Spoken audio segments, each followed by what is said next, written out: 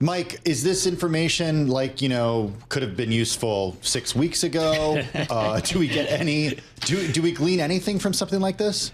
Not really. It's been described by one analyst as a sort of Rorschach test. You see in it what you want to see. Maybe some people see clouds or something like that. But those who think that the Fed should be on hold point to the strong job creation and the fact that inflation is still going up.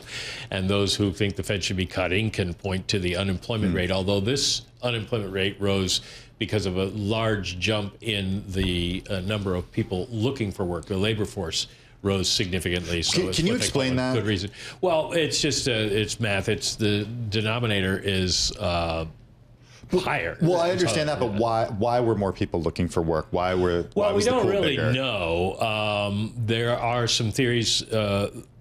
Steve Stanley at Santander is pointing out today that that they have had trouble in the summertime adjusting for all the college graduates who have not been able to find work coming out of college these days because companies aren't hiring, and so that seems to have caused a problem in measuring the number of people who are in the labor force, and that may be one reason.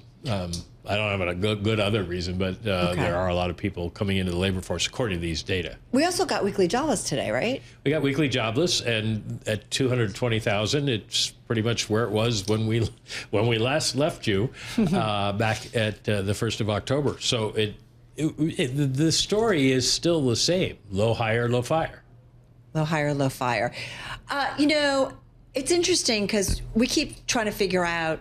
We talked to everybody about kind of where we are in the U.S. economy, and it seems like not too bad, but there are still inflationary worries, and it does feel like the job market's softening. I want to layer something on top of that, and this is from Fed Governor Lisa Cook, who she said officials should monitor how unexpected losses in private credit may spread to the broader U.S. financial system due to the, quote, increased complexity and the interconnections, end quote, with leveraged firms. It's something we've been focusing on a lot here, and I know all of Bloomberg has been. We're going to talk about Blue Owl in just a moment, which is among our most read stories.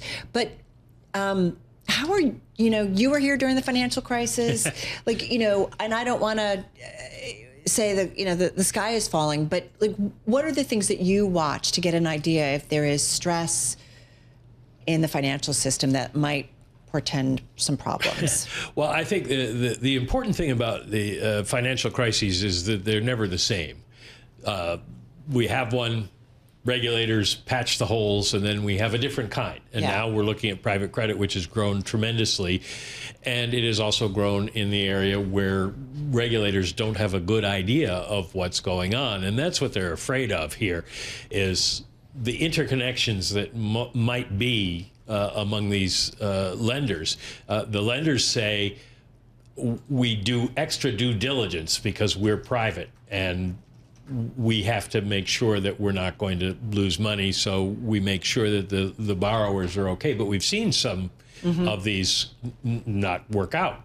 And so do they have it? Does that mean if you're not getting paid for one, okay, you're going to maybe be able to make payments on the other, which is always the real start of these problems, is contagion. So you're looking at defaults and the default rate, and you're looking at the rate of fallen angels. Now, all these private lending are in most cases to private companies, so you're not going to get a complete picture, but you get some idea of what's happening out there in the credit world.